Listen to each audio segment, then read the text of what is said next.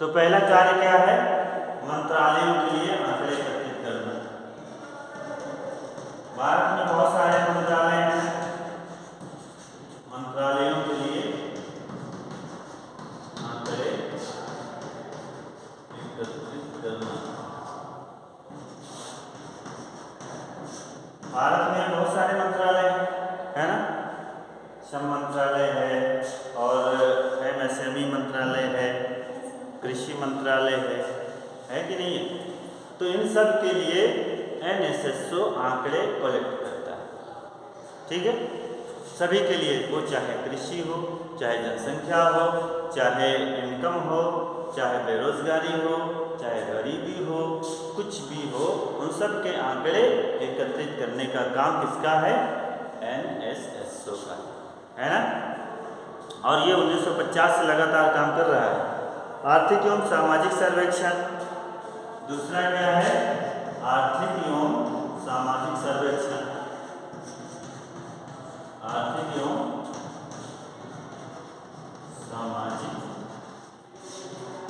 सर्वेक्षण। आर्थिक एवं सामाजिक, आर्थिक का मतलब है जैसे गरीबी है, बेरोजगारी है, इनकम है, कृषि है, ये सब तो हो गए आर्थिक। और सामाजिक में भी देखो बुराई है, और सामाजिक में भी गरीबी आती है ना। सामाजिक में ये हो गया, और समाज में कितने वो शादियाँ, कितने तलाक, ये सब मतलब ये सारे समाज में आ जाते हैं। तो सामाजिक जो आंकड़े हैं उनका भी कलेक्शन एनएसएसओ ही करता है ना। तो ये सब इसके अंतर्गत आता है। कृषि सर्वेक्षण में तकनीकी निर्देशन देना, कृषि सर्वेक्षण में तकनीकी निर्देशन देना।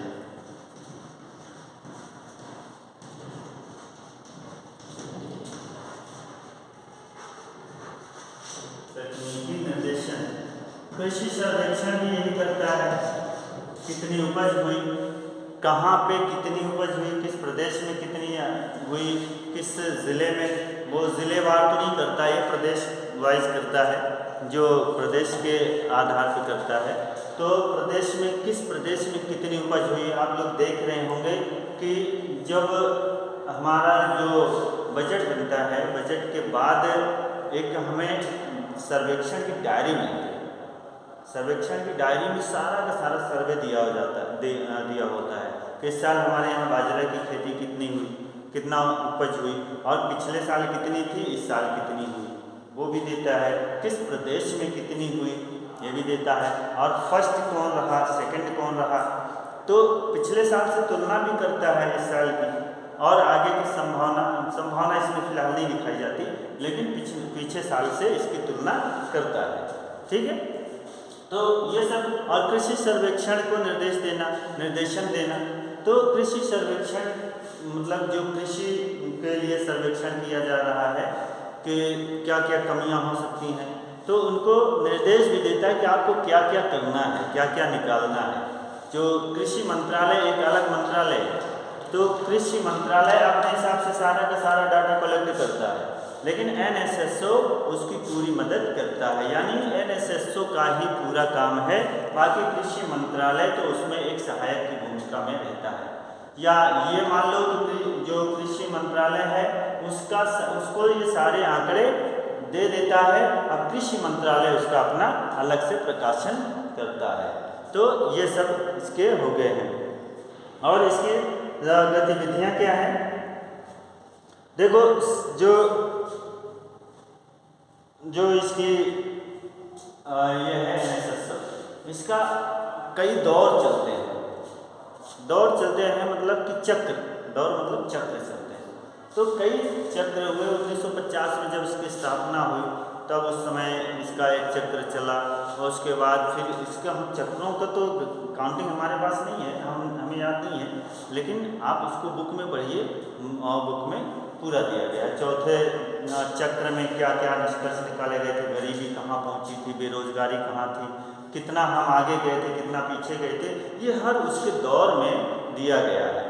यानी उसका जो चक्र बनाया गया, कितने दिनों का, कितने सालों का, तो वो सब हम इसमें जा कर के पढ़ सकते हैं। तो ये सब उसकी कार्य प्रणाली में आते हैं, उसके दौर कितने हैं, उसके चक्र कितने हैं।